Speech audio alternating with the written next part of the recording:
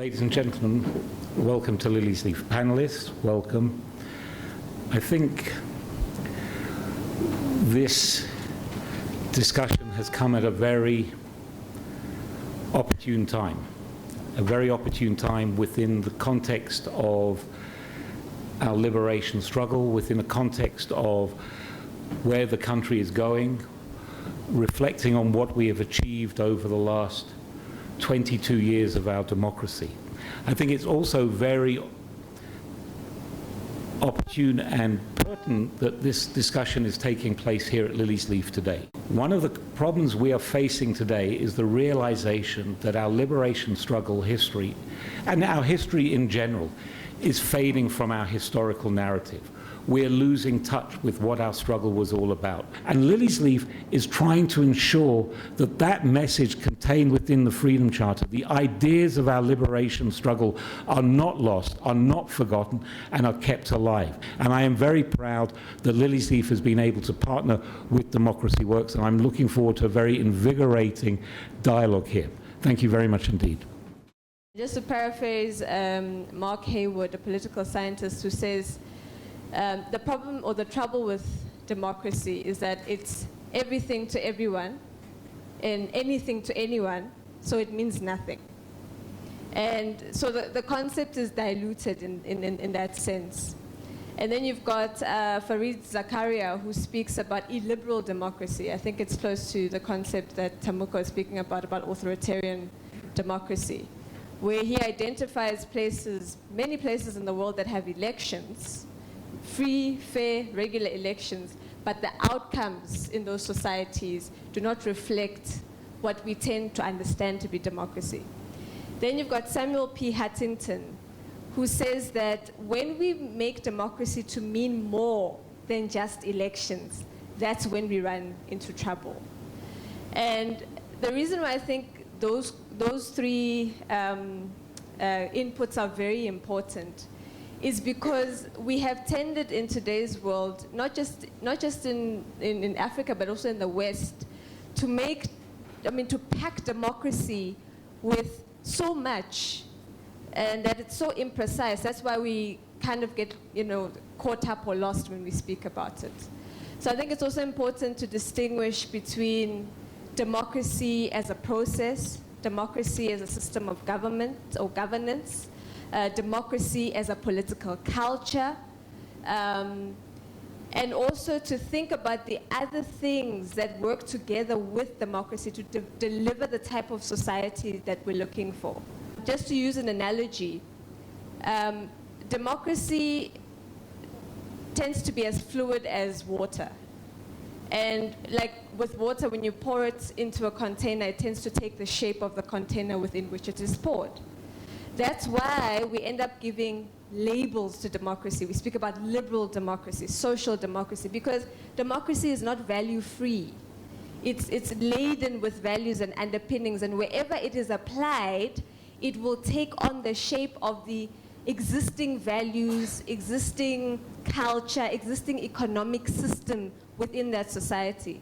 So we need to be not just addressing democracy as this basket full of everything, but we need to begin to unpack the various things that work together within our societies to deliver for us what we think democracy is. Thank you, Nompumelelo. I think that summarizes a lot of the conversation quite nicely too. Thanks, Nompumelelo, for actually bringing that aspect of social democracy and saying we need to actually unpack. I think it helped, because I think earlier on there was a question which was asked, say, do I consider neoliberal democracy as anti-democratic? Certainly, I consider it as an anti-democratic element, because from the world that I come from, neoliberal democracy has got its negative effects, or has undermined democratic development, particularly in Southern Africa. When you look at the effect of structural adjustment programs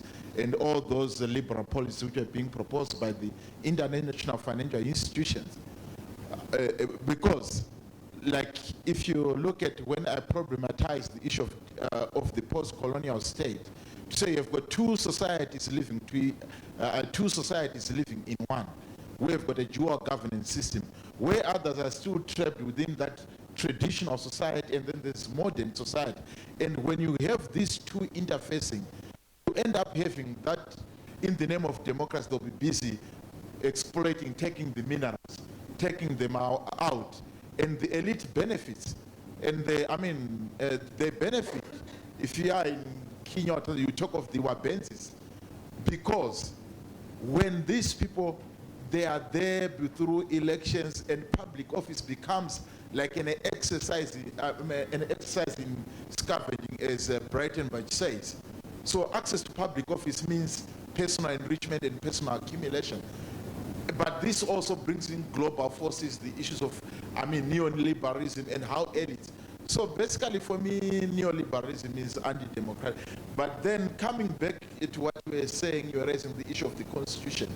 It boils back to the issue of the citizens. To say, yes, like for example, we've got a constitution which says that there should be a devolved governance system, there should be provincial councils, and 4 years down the line, you don't have any single provincial council. And then the question is, what does that mean? Where are the citizens? Where are the leaders, civil society?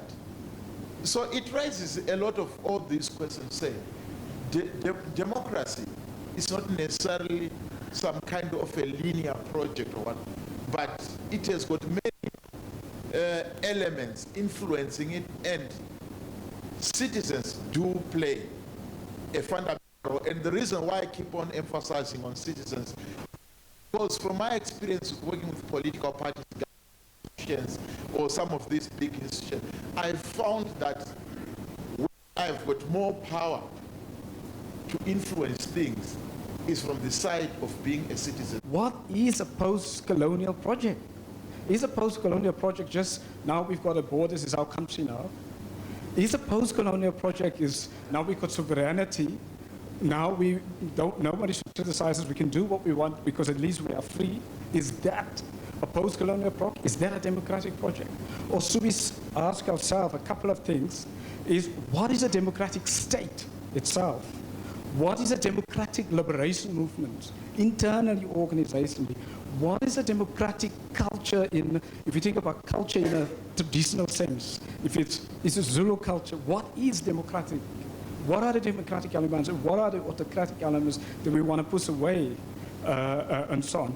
Or, in terms of our corporates, what is corporate democracy? And again, also on the global level, because we're in a global level, what is global democracy? Is it the World Bank and the IMF, all the decisions are made there by Western countries and so on? Are we, as African countries and developing countries, are we participating? So in a way, I think the difficulty in embedding democracy, because there's so many spaces that we have to embed the democracy.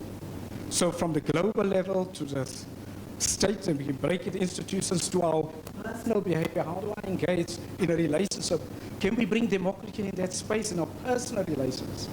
So, is the democratic project for me is work in progress, but how can we push it to its limits, and has it been done before in Africa, and so on?